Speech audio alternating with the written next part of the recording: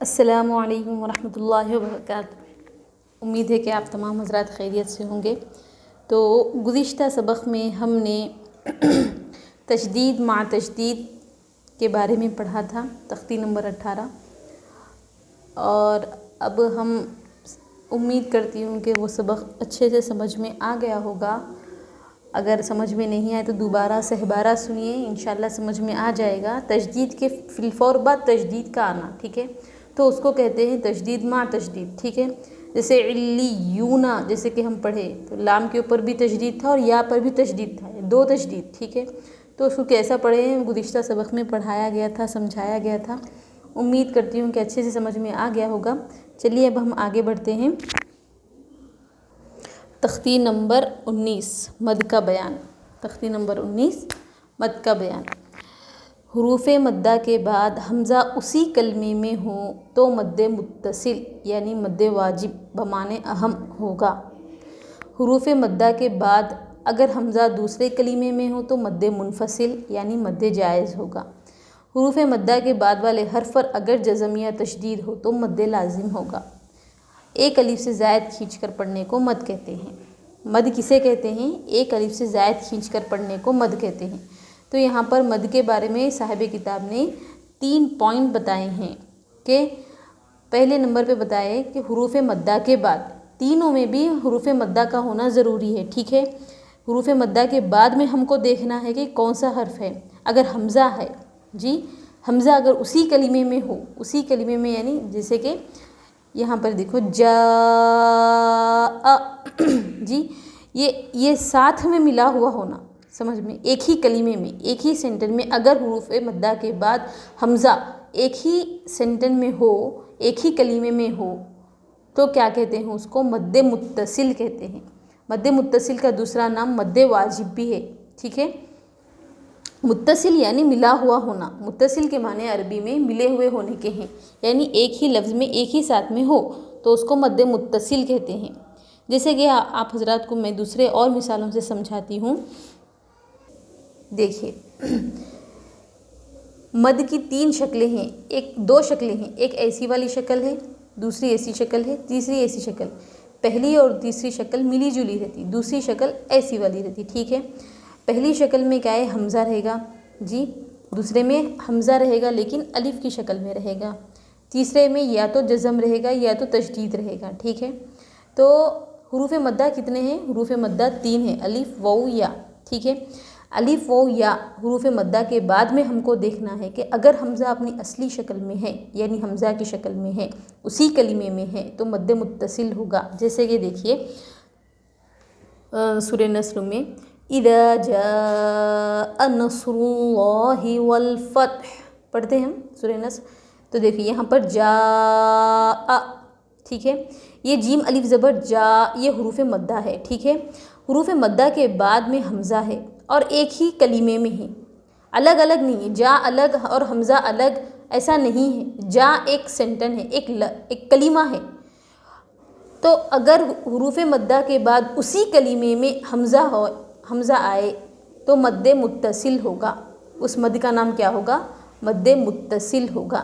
جیسے کہ سورہ قریش میں دیکھیے ایلافہم رحلۃ شتاء، قرآن کھول کے دیکھ سکتے ہیں آپ حضرات۔ دیکھیے تا الف زبر تا حروف مدہ ہے، ٹھیک ہے۔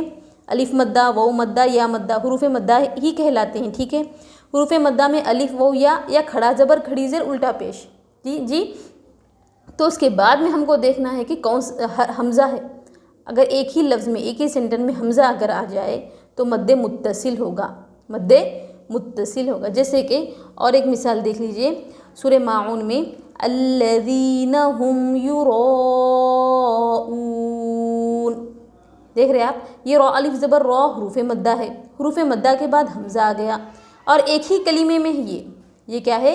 ایک ہی کلمے میں ہے تو مد متصل ہوگا۔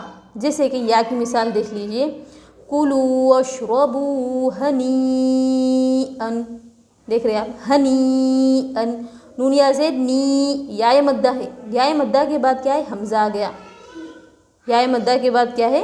حمزہ آ گیا، تو یہ حروف مدہ ہے، मद्द मुत्तसिल है। क्या है ये? मद्द मुत्तसिल।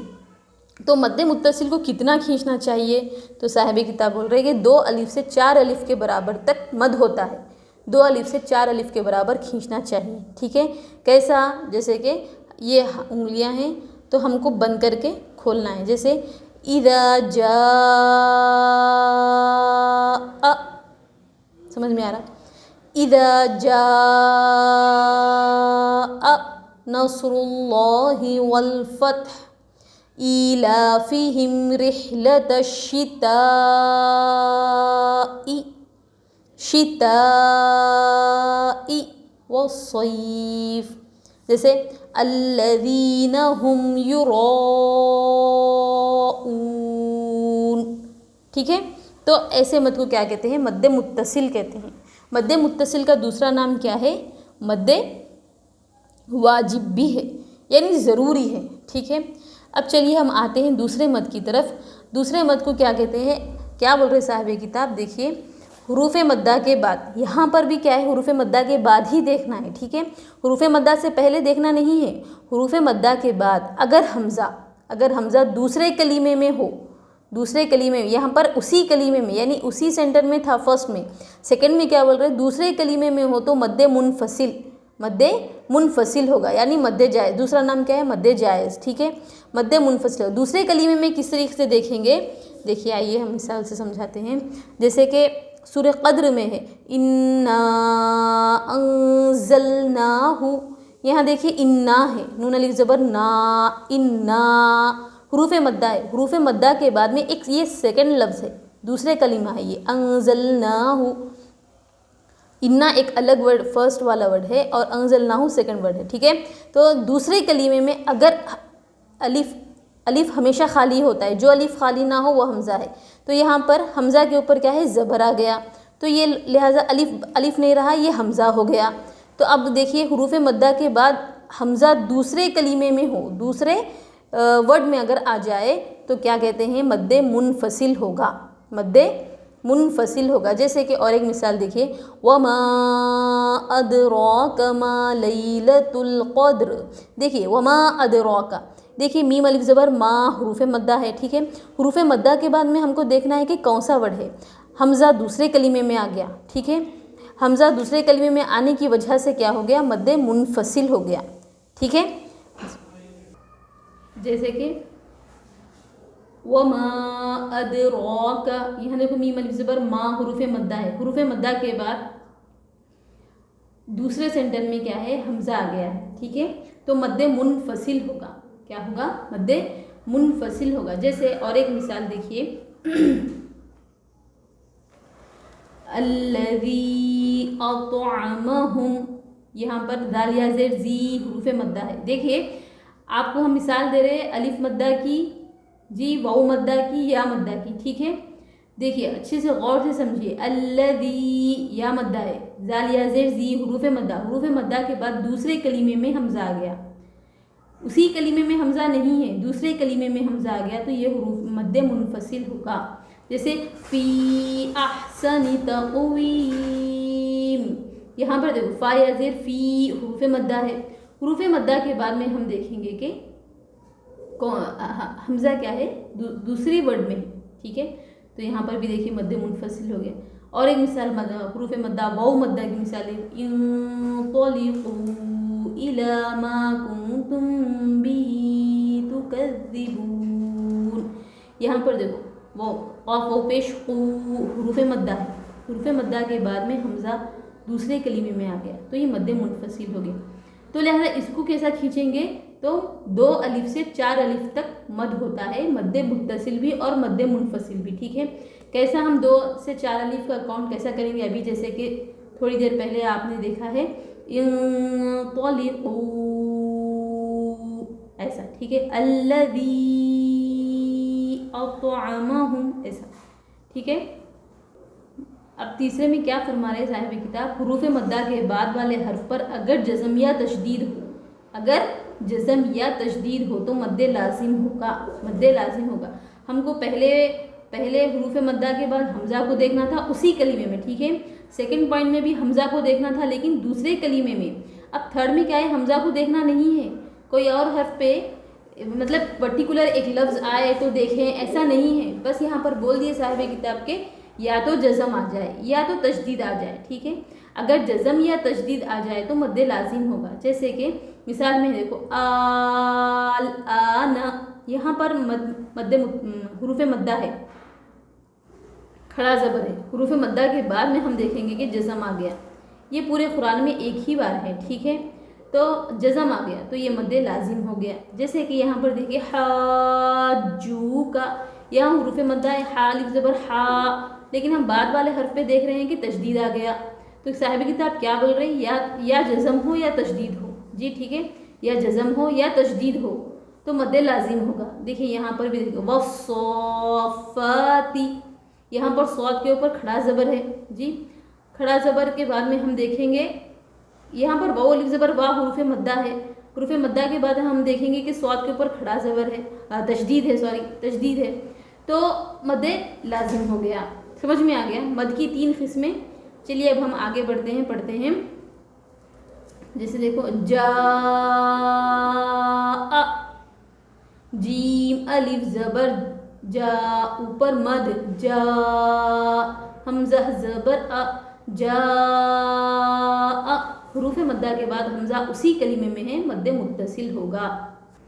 सीअत, सीन या ज़ेर सी, ऊपर मद सी, हमज़ा ता ज़बर अत, सीअत, हुरूफ मद्दा के बाद हमज़ा उसी कलीमे में है तो मद्दे मुत्तसिल होगा। ताकि पर जज़म पिछले वाले हर्फ से मिलाकर पढ़ें। सू, सीन वऊ पेश सू, ऊपर मद सू, हमज़ा पेश उ, सू, हुरूफ मद्दा के बाद हमज़ा उसी कलीमे में है, मद्दे मुत्तसिल होगा, ठीक है। फ़ी अम्रिना, फ़ा या ज़ेर फ़ी, हमज़ा मीम ज़बर अम, फ़ी अम, रॉ ज़ेर री, फ़ी अम्री, नून अलिफ ज़बर ना, फ़ी अम्रिना, हुरूफ मद्दा के बाद हमज़ा दूसरे कलीमे में है, मद्दे मुनफसिल होगा। मीम के ऊपर जज़म पिछले वाले हर्फ से मिलाकर पढ़े, रॉ के नीचे ज़ेर हरकत थोड़ा भी ना खींचे, अलिफ से पहले नून के ऊपर ज़बर, हुरूफ मद्दा थोड़ा खींच कर पढ़े। उम्मीद करती हूँ कि जो इजरा किया जा रहा है समझ में आ रहा होगा कि शुरू से तख्ती नंबर 3 हरकत से लेके आ रहे हैं हम इजरे में। आप हजरात गौर से सुनिए, समझिए, ठीक है, और रिवाइज करते रहिए। ला उक़सिमु, लाम अलिफ ज़बर ला, ऊपर मद ला, हमज़ा क़ाफ पेश उक़, ला उक़, सीन ज़ेर सी, ला उक़सी, मीम पेश मु, ला उक़सिमु, हुरूफ मद्दा के बाद हमज़ा दूसरे कलीमे में है, मद्दे मुत्तसिल, मद्दे मुनफसिल होगा। क़ाफ के ऊपर जज़म खलखला क्या है, इनको पढ़ते वक्त इनके मखरज टक्कर खाकर अलग होते हैं, ठीक है। सीन के नीचे ज़ेर हरकत थोड़ा भी ना खींचे, मीम के ऊपर पेश हरकत थोड़ा भी ना खींचे। क़ालू इन्ना, क़ाफ अलिफ ज़बर क़ा, लाम वाऊ पेश लू, ऊपर मद क़ालू,